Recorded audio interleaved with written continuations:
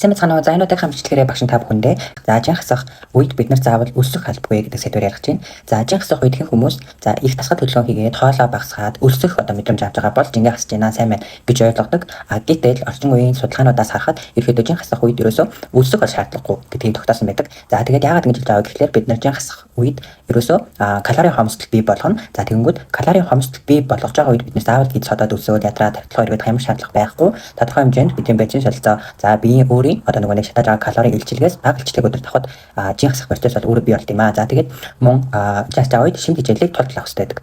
За бид нар хит бага калори идээд эхлэхээр бие организм өөрөө автоматар бие нэг хамгаалах горимлогоо шилждэг.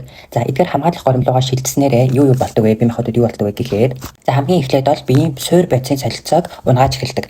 За суур бодисын солилцоо унаад ирэнгүүт дагаад бодисын солилцоог унжаа учраас калори шаталт багасдаг буюу бидний нэг өдөрт бие махбод чинь өөрөө автоматар шатаадаг тэр илчилгээг шатаалт нь ерөөсөө багасчдаг унждаг гэсэн үг. Тэгэхээр өөрчлөлт удаан болж эхэлдэг гэсэн үг. За тэгээд өлсөх дааврыг өлсөх мэдрэмж төрүүлдэг тэр зэрлэн гэдэг дааврыг ихсэг бие махбодоо амьд байхын тулд шимт хичээл авах хэрэгтэй гэдэг үднээс тэр дааврыг ихсгэж ингэж дахин дохио өгдөг. Эсвэргээрээ шууд автоматар мөн цаддаг. Ингээд цадгалан байна гэдэг дохио ингээд тархилуу ирдэг тэр дохиог багасгачдаг буюу унгачдаг. Тэгэхээр өлсөх мэдрэмж аягүй их төвдөг болдог. Бид нар өлсөх мэдрэмж авах сайн гэж бодож байгаа боловч тэр буруу холсноос үүдэлтэйгээр тэр дааврыг ихсгэдэг гэсэн үг. За эдгээр нь автоматар бие махбодын өөрийгөө хамгаалж байгаа механизм байна. За тэгэнгүүт бидний нэг өөх талтыг удаан болгоод за тэгээд хоол идэх хүслийг илүү ингээд ихсгээд ирж байгаа. Тэгэхээр бид нар жин хасах процесс маань удаан болно. Дээрээс нь хоолны аппетит ихсэж байгаа учраас дэглэм мартах магадлал илүү их болчдөг. Тэгэхээр дараа нь бид нар дэглэм барихгүй байсан ч гэсэн өмнөх үеийнхаасаа илүү их идэх тийм хүсэлтэй болоод үлдчихдэг. Тэрнээсээ болоод мөн маш хурдан бүр хурдан хаснасаа илүү хурдан жин нэмээд идэг гэсэн үг. За тэгээд мөн өлсөх тусам өлсөх тэр мэдрэмжийг авах тусам яадаг вэ гэхээр бидний булчин унж эхэлдэг. Бид нар өлсөө жингээ хасж ингээд ерөөдөө өлсөөд ингээд ядраад яваад байгаа боловч өөхч ингээд бодоод яваад байгаа боловч давхар зөвхөн өөх биш давхар булчин шаталт үүсчээд булчин уналт үүсчээд. За тэгэнгүүт тэр булчин чинь өөрөө том байх тусмаа өөрөө нэг бодис солилцоогч эрчимжүүлээд өөх чинь бас автоматар шатаадаг. Тийм шатаач зуух шиг зүйл байж идэл тэрийг багасгаад ирэхлээр мэдээж бие махбодод бодис солилцоо унаа за тэгээд тэр өөхч дах процесс нөхцөл удаа шатдаг. Тэгэхээр бид нар жин хасах байгаа гэдэг зөвхөн хоолоо хасаад яваад байх биш заавал тодорхой хэмжээнд уургийг хангалттай сайн аван дээрээс нь биеийн булчин маасны хүчний тасгалыг заавал хийж авах хэрэгтэй.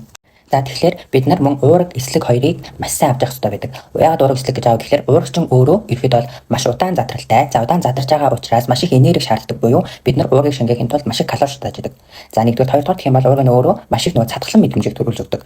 Цадгалан мэдрэмжийг ингээд урт хугацаанд төрүүлээд ирэхлээр өлсөх мэдрэмж багасч чинь тийм ээ. За тэгээд дээрэс нь дараагийн хоолоо идэхдээ бид нар хэд их хэтрүүлэн идэхгүй гэсэн цадгалан байгаа учраас за тэгээд эслэг нь болохоор ямар даваа талтай гэхээр эслэгч нь өөрөө ходоод гидсэнд ороод маш их хэмжээний нарийн ногоо нас төлбөө эслэг авч байгаа шүү дээ. Тэнгүүд маш их хэмжээний ингээд ходоодыг дүүрэх мэдрэмж төрүүлэнгүүд бидний ходоод дүүрэн байгаа учраас өлсөх мэдрэмж маш удаан төрдөг. Цадгалан мэдрэмж удаан байдаг гэсэн. За тэгээд тэрнээс үүдэлтэйгээр цусан дах сахарын хэмжээг тогтворжуулж байдаг.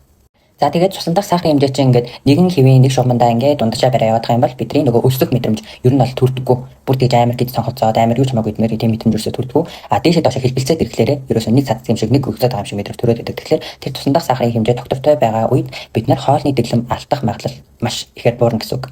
За тэгээд ер нь бол хурдан хугацаанд шимт хичээлээ хоолоо хасаад ингээд хассан жинчин ерөөсөө юм урт хугацаанд баригддаггүй буюу их тохиолдолд ерөөсөө буцаагаад тэр хассан жингээс илүү их жинг нэмдэг. За тэрнээсээ болоод шатрах магадлалтай байдаг. Тэгэхээр анханасаа эхэлж байгаа бол жингээ огцон буулгачаад булчингийн сал хий биш. Анханасаа эхлэхдээ булчингийн сал хийгээд уурыг шимт хичээлтэй хоолоо маш сайн идэж байгаа хэрэгтэй. Өлсөх мэдрэмж авчлах гэсэн үг.